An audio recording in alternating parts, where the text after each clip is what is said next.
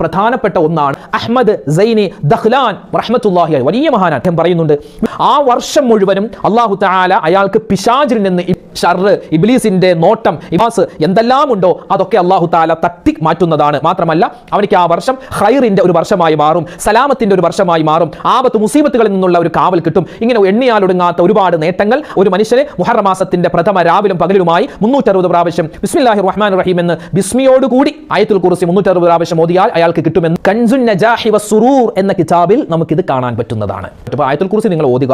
ഓതിയതിനു ശേഷം ഈ ദുആയും കൂടി ഇൻഷാ അല്ലാഹ് ചെയ്യാൻ മറന്നു പോകണ്ട. അല്ലാഹുമ്മ യാ മുഹവ്വിലൽ അഹ്വാൽ ഹവ്വിൽ ഹാലനാ ഇലാ അഹ്സനിൽ അഹ്വാൽ ബിഹൗലിക വഖുവതിക യാ അസീസ് യാ മുതആൽ വസല്ലല്ലാഹു അലാ സയ്യിദിനാ മുഹമ്മദിൻ വഅലാ ആലിഹി വസഹ്ബിഹി വസല്ലം.